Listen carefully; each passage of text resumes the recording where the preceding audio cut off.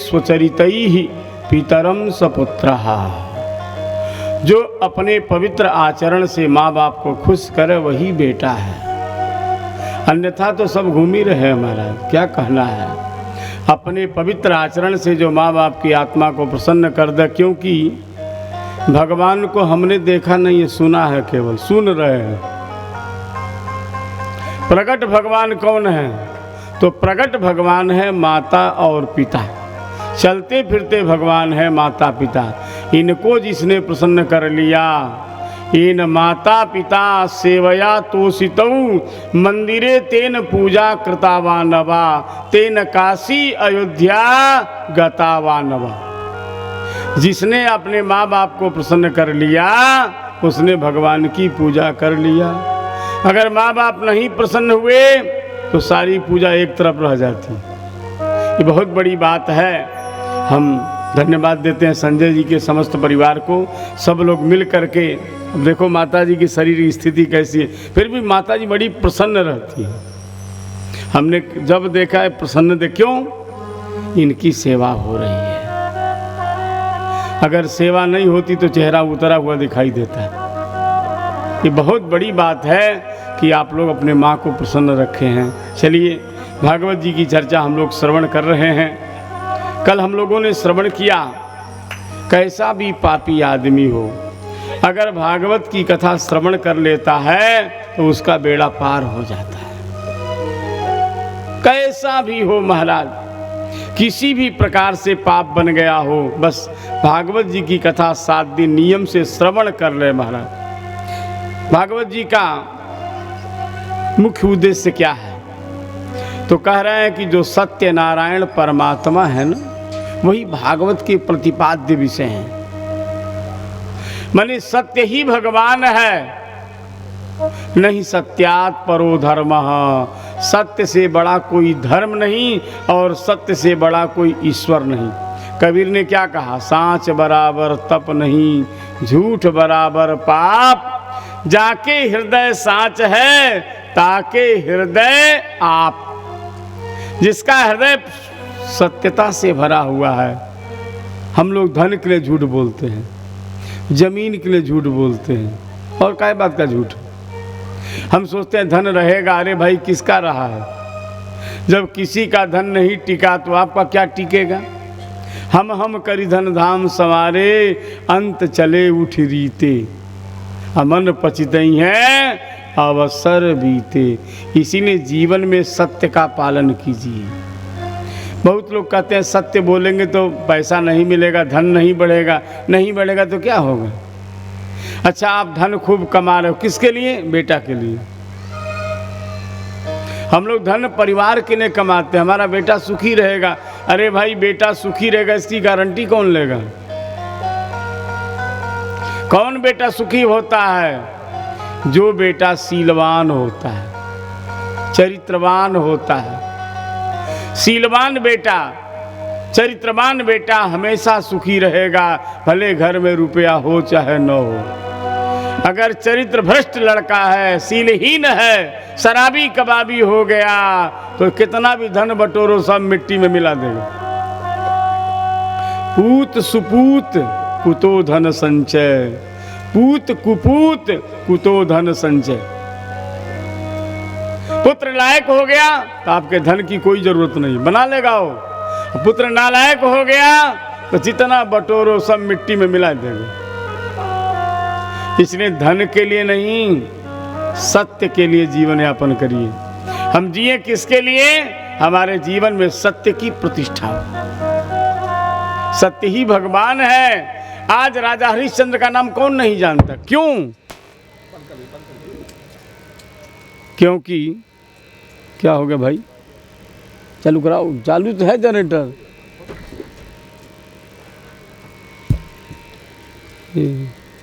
Generator चल रहा तभी बिजली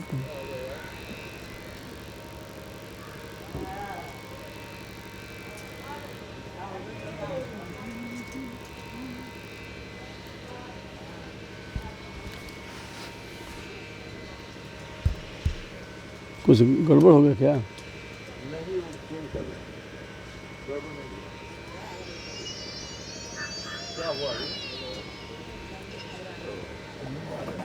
ये सब 4 बजे पहले जोड़ लिया करो ना, जब कथा शुरू तुम हेलमेट जोड़त हो। बोलिए बांके बिहारी लाल की। तो भागवत जी का प्रथम श्लोक सत्य की वंदना से आरंभ हो रहा है। मैंने भागवत का परम तात्पर्य सत्य है। आपको सत्य का ही आश्रय लेना होगा, और जिसने सत्य का आश्रय लिया वो जीवन में कभी दुखी नहीं हुआ। थोड़ा सा उथल पुथल होता है, लगता है परीक्षा ले रहे हैं भगवान, लेकिन अंत में विजय सत्यमेव जयति नानृतम। विजय सत्य की होती है, विजय धर्म की होती है। अधर्म प्रभावी होता है लेकिन विजयी नहीं होता है। अधर्मी का जस नहीं होता है, अधर्मी का कलंक होता है। रावण, भले हम लोग रावण का नाम आज भी लेते हैं, लेकिन रावण नाम कलंकित हो गया है। आज बताइए आपके गांव में चाहे कहीं भी किसी जिले में रावण नाम का कोई आदमी है जिसका नाम रावण हो? एक भी आदमी नहीं मिलेगा। क्यों? उसने सत्य का आश्रय नहीं लिया, अन्याय का, अधर्म का आश्रय लिया, इसीलिए उसका नाम कलंकित हो गया। तो भागवत का प्रतिपाद्य है सत्य। ये संसार सत्य से ही पैदा हुआ है, सत्य की कृपा से चल रहा है, और अंत में ये संसार सत्य में ही विलीन हो जाएगा। सत्यमेवावशिष्यते, सत्य ही शेष रह जाता है। तो ध्येय क्या है? सत्यनारायण का चिंतन। जहाँ भी रहिए सत्य, हमसे सत्य की रक्षा है भगवान। हम झूठ न बोलें, भले एक रोटी कम मिले, हमारे बच्चे नमक रोटी खा के रहें, पर हमको झूठ का आश्रय न लेना पड़े। ये भगवान से हमेशा प्रार्थना करते रहिए। ये भागवत का ध्येय है। अब आइए, भागवत का प्रतिपाद्य क्या है? धर्मः प्रोज्झित कैतवोऽत्र परमो निर्मत्सराणां सतां वेद्यं वास्तवमत्र वस्तु शिवदं तापत्रयोन्मूलनम्। श्रीमद्भागवते महामुनिकृते किं वा परैरीश्वरः सद्यो हृद्यवरुध्यते प्रकृतिभिः शुश्रूषुभिस्तत्क्षणात्। भागवत जी का प्रतिपाद्य कहते हैं धर्म है। कैसा धर्म? प्रोज्झित कैतवः। हम लोग धर्म क्यों करते हैं? कोई न कोई कष्ट होता है, कोई समस्या होती है, हम लोग धर्म का आचरण करते हैं, पूजा करते हैं, पाठ करते हैं, दान करते हैं और भगवान से मांगते हैं। ये धर्म नहीं ठीक है। धर्म कैसा? उनकी प्रसन्नता के लिए। हम धर्म क्यों करें? भगवान प्रसन्न हो। प्रोज्झित कैतवः का मतलब, कैतव में फलाभिसंधि को बोलते, फल की इच्छा से रहित धर्म, यही भागवत का प्रतिपाद्य है। पूजा पाठ खूब करिए, खूब धर्म करिए, लेकिन मांगिए क्या?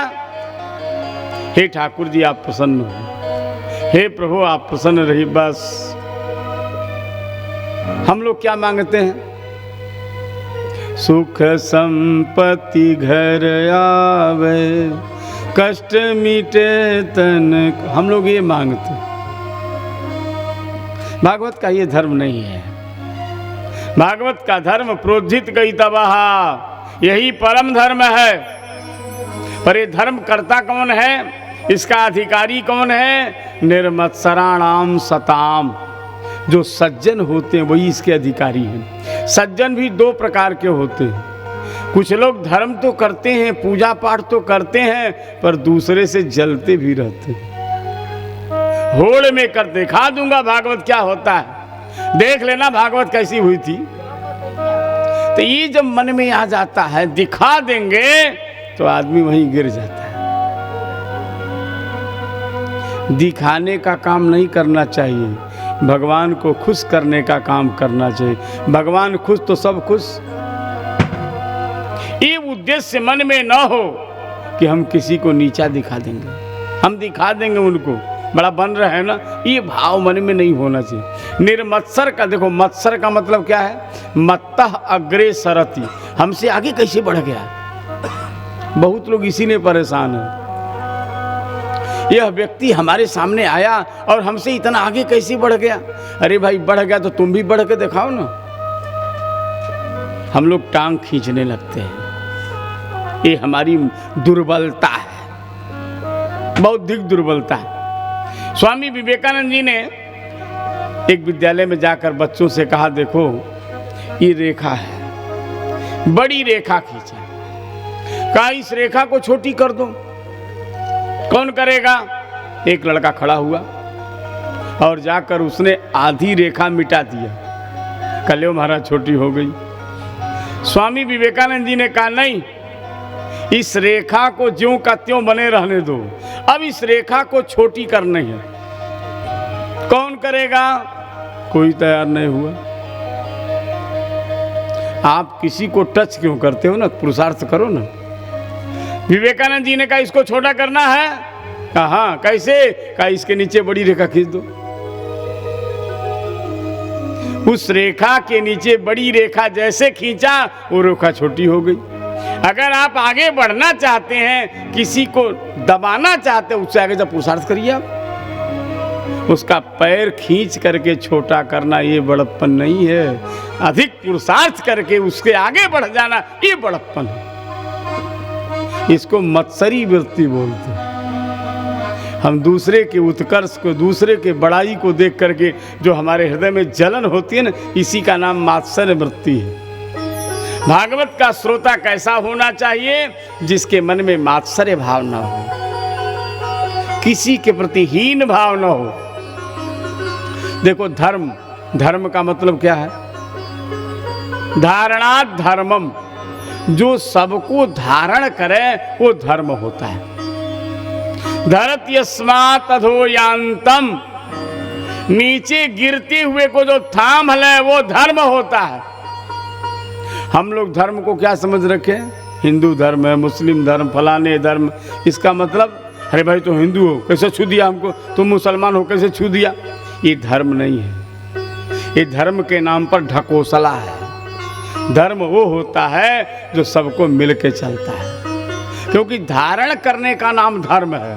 और धारण का मतलब बहुजन हिताय बहुजन सुखाय, ज्यादा से ज्यादा लोगों को लेकर के चलना। धर्म का नाम संग्राहक होता है।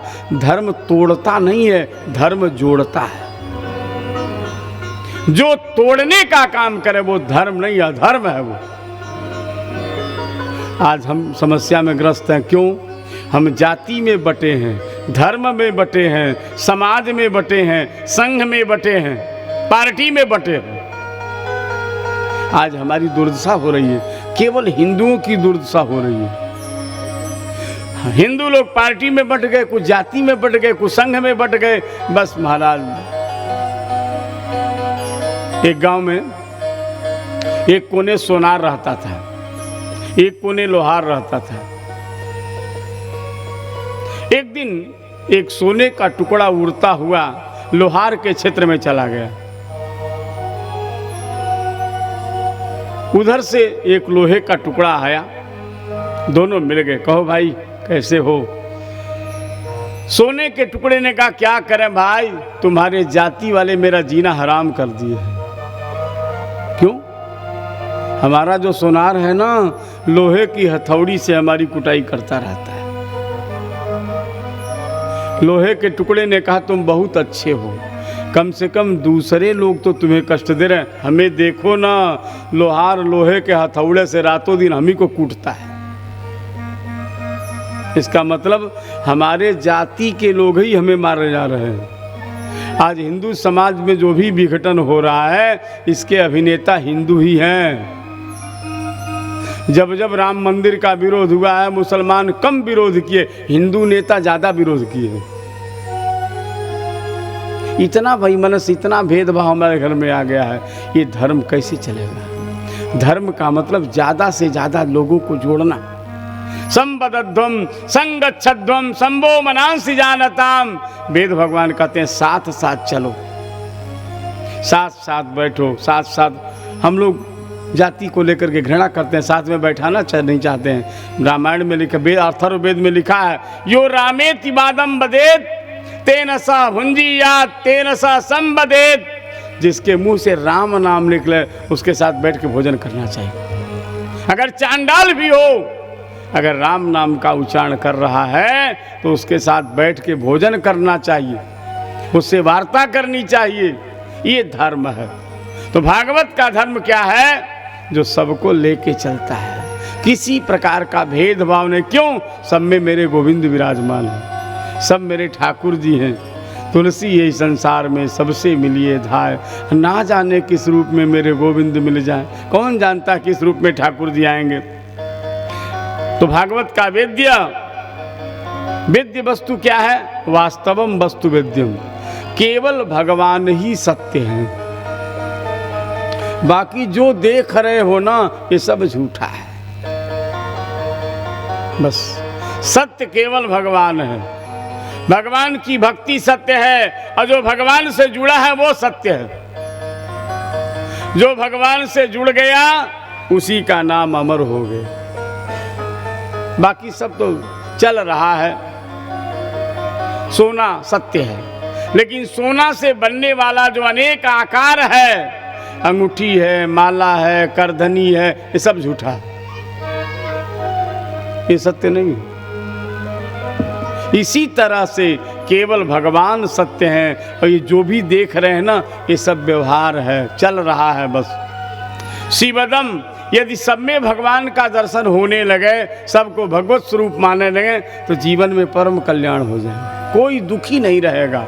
हम दुखी क्यों हैं? क्योंकि भेद करते हैं। ये हमारे हैं, ये पराये हैं, इसीलिए दुखी हैं। और सब अपने हैं तो कौन दुखी होगा? सब हमारे हैं, इसलिए कोई दुखी नहीं। ये भाव जरूरी है। भागवत का यही मुख्य विषय है। और श्रीमद् भागवते महामुनि कृते किम वा परैरीश्वरः। व्यास जी कहते हैं, भैया ग्रंथों की कमी नहीं है। अनंता वै वेदाः, वेद भी अनंत हैं, शास्त्र भी अनंत हैं। अनंत शास्त्रम बहुलाश्च विद्या। लेकिन भागवत महापुराण का वैशिष्ट्य ये है, और ग्रंथों से जीव का कल्याण होगा कि नहीं होगा, गोविंद हृदय में आएंगे कि नहीं आएंगे, भागवत का आश्रय लेते ही केवल सुनने की इच्छा हो जाए, गोविंद हृदय में आ जाते हैं। बोले भागवत भगवान की। तो ध्येय क्या है? सत्य। हमेशा सत्यनारायण का चिंतन करें। और गेय क्या है? तो कहते हैं भागवत महापुराण। जब भी मौका मिले एक श्लोक 2 श्लोक जरूर पढ़ना चाहिए। इससे जीवन में पवित्रता होगी, शांति होगी, मन आपका निर्मल होगा। अब आइए, पेय क्या है? निगम कल्प तरोर्गलितं फलम सुखमुखादमृत द्रव संयुतम पिबत भागवतं रसमालयं मुहुरहो रसिका भुवि भावुका। श्री व्यास जी निमंत्रण दे रहे हैं। हे भावुकाः, भावुक मने कल्याण की कामना वाले। हे कल्याण छबा तत्रापि हे रसिकाः, जिनको रस मिलता है, जो कथा में आनंद लेने वाले हैं, जो संसार से हट करके उस भीतर के रस का आस्वादन करने वाले, उनको करें हे रसिकों आओ पिबत भागवतम, ये भागवत रूपी रस का खूब पान करो। कब तक महाराज? मुहुहु बारम पिबत, बार बार पियो। कब तक? आलयम, जब तक गोविंद की प्राप्ति न हो जाए। लिंग आश्रय धातु है, जब तक ठाकुर जी प्रकट होकर हृदय से न लगा लें। ठाकुर जी बड़े दयालु हैं। हम थोड़ा सा आगे बढ़ें, वो दौड़ के गोद में उठा लेते हैं, जैसे माँ होती है। जब बच्चा चलता है, माँ देखती रहती कैसे चल रहा है। जैसे ही माँ को लगता है बच्चा फिसलने वाला, दौड़ के गोद में उठा लेती है। ऐसे हमारे ठाकुर जी हैं। एक कदम बढ़ के देखिए महाराज, वो लालायित हैं। उनकी करुणा में कोई कमी है नहीं, पात्रता में हमारी कमी रह गई। इसलिए आलयम, जब तक गोविंद प्रकट हो करके हमें हृदय से आश्लिष्ट नहीं कर लेते हैं, आलिंगित नहीं कर लेते हैं, तब तक पीते रहिए। भागवत जी का प्राकट्य कैसे हुआ? कहते हैं निगम कल्पतरोः फलम, ये वेद रूपी कल्प वृक्ष का पका हुआ फल है। कैसा है? अमृत द्रव संयुतम, अमृतो भक्ति रसा, भक्ति रस से संस्पृष्ट है। आम का फल जैसे देखिए उसमें रस है, भागवत में भी रस है। क्या रस है? कहते हैं भक्ति ही रस है। मोक्ष रस को, मोक्ष को जो शिथिल करने वाला कार्य भक्ति है, उस रस से परिपूर्ण है। मीठा है, कहते हैं सुख मुखात संस्पृष्टम, सुखदेव जी ने चोंच मारी है। अब आप जान लो, कोई फल आपके सामने मिला, आपको सोचना है कि मीठा है कि कड़वा है कि खट्टा है। आप उसको देख लीजिए, अगर तोते ने चोंच मारी है तो पक्का है वो मीठा है। जो तोता है वो मीठे फल में ही चोंच मारता है। तो सुखदेव जी जैसे परमहंस ज्ञानी ने भागवत का प्रवचन किया है, इसलिए ये मधुर है। इसलिए हे रसिकों, पीबता, खूब पान करो। कैसे पान करें महाराज? कहते हैं अपने कर्णपुटों से पान करो। जहाँ भी कहीं कथा हो, मौका मिले, आधे घंटा, 10 मिनट, 5 मिनट, जितना समय हो सके जाइए। नहीं मौका मिले तो बैठ करके, आजकल तो सब जगह सुविधा हो गई महाराज, मोबाइल में चिप में भर लीजिए, आधे घंटे कथा सुन रहे हैं महाराज। रोज सुनना चाहिए, क्योंकि ये कथा स्वर्ग में नहीं मिलेगी। अगर मर के स्वर्ग में गए ना तो वहाँ कथा नहीं मिलेगी, वहाँ तो भोग मिलेगा। स्वर्गे सत्ये च कैलासे वैकुंठे नास्त्ययं रसः अतः पिबन्तु सद्भाग्या मामा मुंचत करहिचित। हे बड़भागियों, ये कथा स्वर्ग में नहीं मिलती है, कैलाश में, वैकुंठ में भी नहीं मिलती है। वैकुंठ में तो भगवान की सेवा में, भगवान के रूप चिंतन में भक्त लोग मगन रहते हैं। कबीरदास जी के सामने विमान आया, भगवान के पास उन्होंने कहा बैठिए महाराज, भगवान ने बुलावा भेजा। कबीर रोने लगे। आवा बुलावा राम का दिया कबीरा रोय, जो सुख है सतसंग में सो वैकुंठ न हो। यह आनंद वैकुंठ में नहीं मिल, इसलिए हे बड़भागियों इसका पान करो। नैमिषारण्य की पावन धरती पर ऋषि लोग यज्ञ कर रहे थे। अचानक रोमहर्षण नामक सूत जी का आगमन हुआ। सूत जी का ऋषियों ने पूजन किया है। उसके बाद प्रार्थना करी है, महाराज हम लोग को कथा सुनाइए।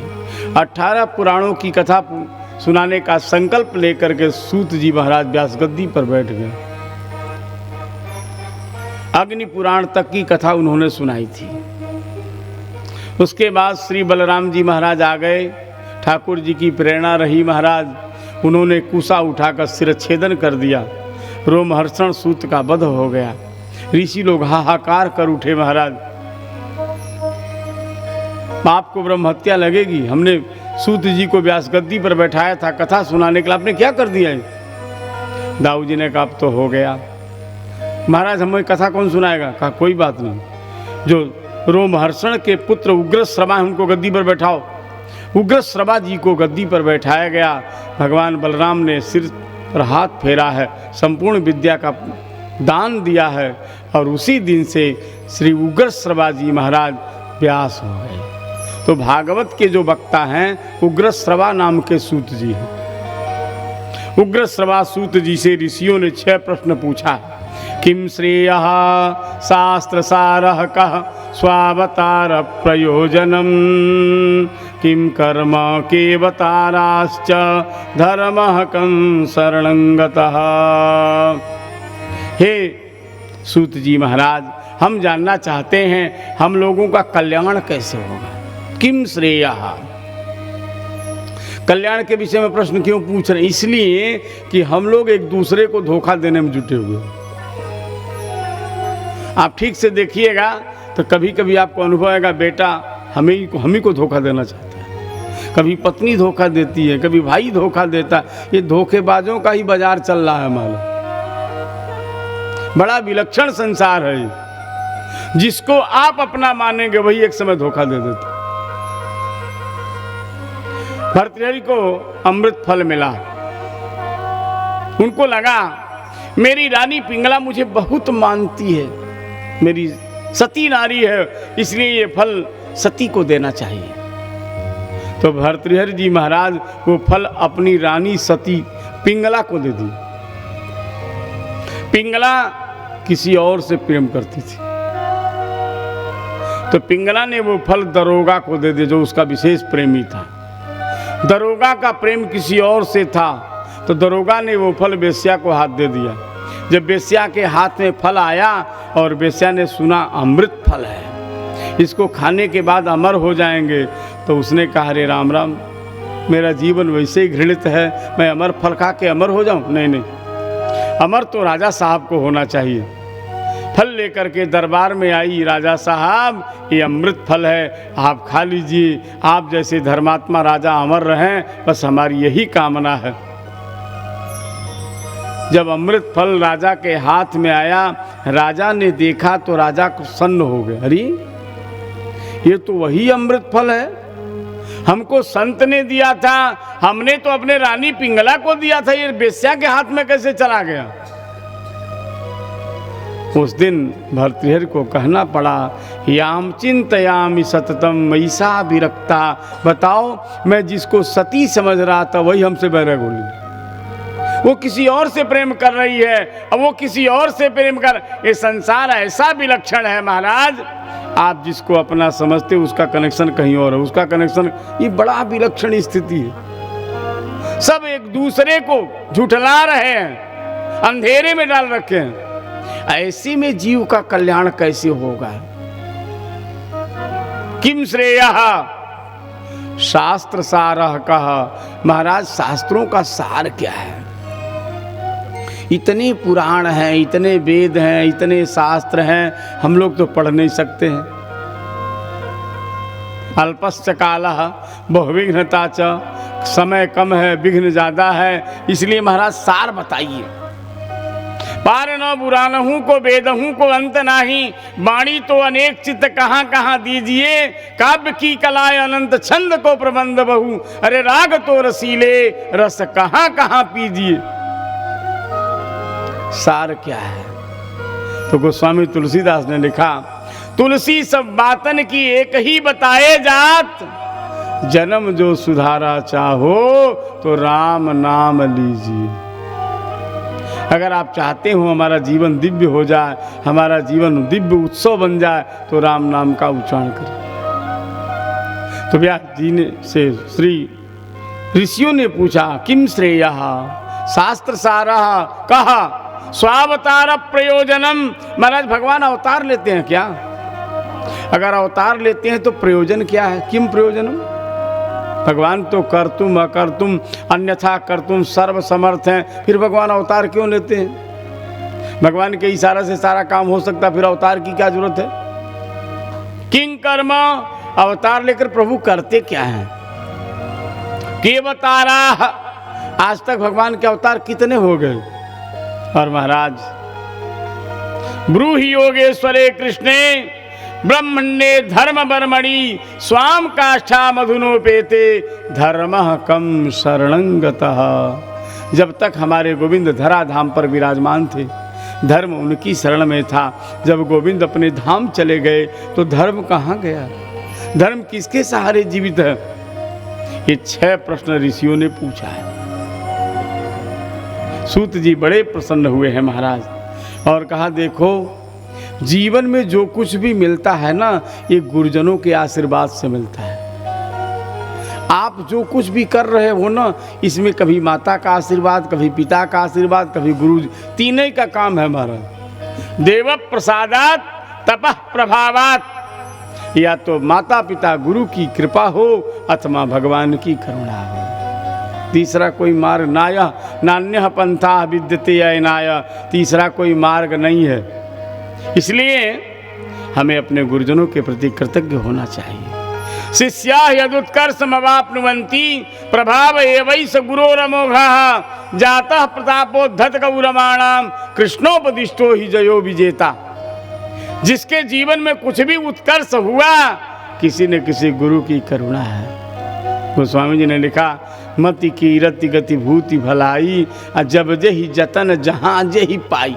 अच्छी बुद्धि अगर किसी को मिली है, अच्छा यश मिला है, अच्छा ऐश्वर्य मिला है, तो समझ लो कहीं न कहीं सत्संग उसको जरूर मिला है।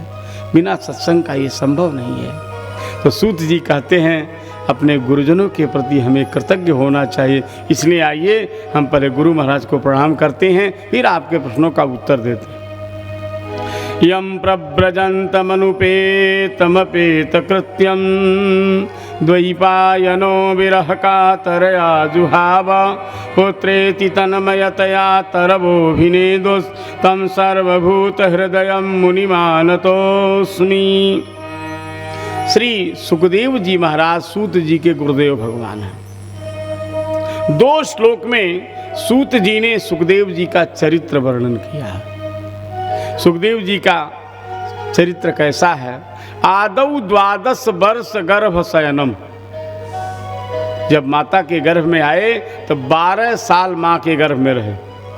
उसके बाद जातस्य निर्यापणम, जन्म लेते ही जंगल चल दिए। जंगल में जाने के बाद ब्रह्मानंद लयम, ब्रह्मानंद में लीन हो गए। कुछ समय के बाद श्री कृष्ण लीला रुचि, भगवान की लीला में उनकी रुचि हो गई। और जैसे रुचि हुई है महाराज, तनुते व्यास पराशरादि महताम मध्य सभाम संस्थितः।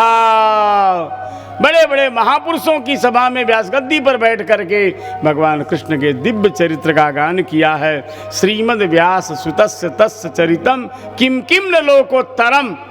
लोकोत्तर चरित्र श्री सुखदेव जी महाराज का है। यहाँ महात्मा लोग कौशिकी संहिता की कथा सुनाते हैं। एक बार श्री नारद जी कैलाश में पधारे, पार्वती देवी विराजमान थी। नारद जी ने पूछा कैसा चल रहा है? पार्वती ने कहा आपकी कृपा से सब दिव्य चल रहा है। शंकर जी प्रेम करते हैं। अरे क्या पूछना है महाराज, देखो पूजा पाठ भजन बताना नहीं चाहिए। हम लोगों में थोड़ी सी कमजोरी है। हम जब दान करते हैं, पुण्य करते हैं, यज्ञ करते हैं तो आके हल्ला करने लगते हैं, हमने इतना दान किया है। अरे महाराज क्या बताऊं, हमने इतना रुपया लुटाया है। ये हमारी कमजोरी नहीं कहना चाहिए। कहने से क्या होता जानते हैं? छीजई निश्चर दिन अनुराती निज मुख कहे सुकृत जही बात। अपने मुंह से अगर अपना यश वर्णन करेंगे तो नष्ट हो जाएगा। इसलिए बोलना नहीं, करना चाहिए, कहना नहीं चाहिए। एक महात्मा जी कहते थे ऐसा दान करो कि दाहिना हाथ को ही पता लगा, बाएं हाथ को भी पता न लगे। ऐसा दान करना चाहिए, वो दान सुरक्षित होगा। उसको गुप्त दान बोलते हैं। गुप्त माने समझते हैं? गुपु रक्षणे धातु है। गुप्त का मतलब सुरक्षित दान है। वो ऐसा दान कि दाएं हाथ ने दान किया, बाएं हाथ को भी पता नहीं लगा। इसको गुप्त दान, ये सुरक्षित दान है। और दान करके प्रचार कर रहे हैं हमने इतना दान किया, ये भंडारा किया, पेपर में निकल रहा है, वो सुरक्षित नहीं है महाराज, वो गतम चला गया। तो गुप्त दान होना चाहिए, ऐसा दान जो सुरक्षित हो। नारद जी ने कहा कैसा प्रेम करते हैं? अरे महाराज पूजा पाठ बताना नहीं चाहिए, भजन बताना नहीं चाहिए। लेकिन शंकर जी भी आएंगे कहेंगे देखो देवी मैंने इतना माला आज जपा है। आज भगवान श्री राम की ये झांकी हमारे ध्यान में प्रकट हुई है। सब शंकर जी बता देते हैं। नारद जी ने कहा बड़ी अच्छी बात है। देखो प्रेम का यही मतलब होता है। प्रेम जहां पर्दा नहीं, पर्दा जहां न प्रीति। प्रीति करे पर्दा करे, तुलसी यह अनरीति। प्रीति जब होती, जब प्रेम होता है तो पर्दा नहीं रहना चाहिए। किन्न प्रीति कछु बीच न राखा। अगर बीच बचाव है तो प्रेम नहीं है महाराज। नारद जी कौतुकी है ये महाराज। नारद जी ने कहा पार्वती ये बताओ, शंकर जी तुमसे प्रेम करते हैं, बहुत प्रेम करते हैं, तो शंकर जी के गले में जो मुंडों की माला है किसका है बताओ, पता लगा? अब तो पार्वती जी सन्न हो गई। नहीं महाराज, तब क्या प्रेम करते हैं? हम तो जानते हैं कलयुग का प्रेम ऐसे ही होता है। कलयुगी प्रेम कैसा होता जानते हैं? ऊपर से खूब प्रेम होगा, ऊपर से मिले रहेंगे, खीरा जैसे ऊपर से मिला है और भीतर में 3 फांक रहता है। ठीक ऐसे ही प्रेम होता है, बड़ा प्रेम दिखाएंगे और जहां मौका मिला गला घोट देंगे। तुम्हारा प्रेम ऐसे ही लग रहा है? बताओ, इतने बड़े रहस्य की बात शंकर जी ने नहीं बताई तुम्हें?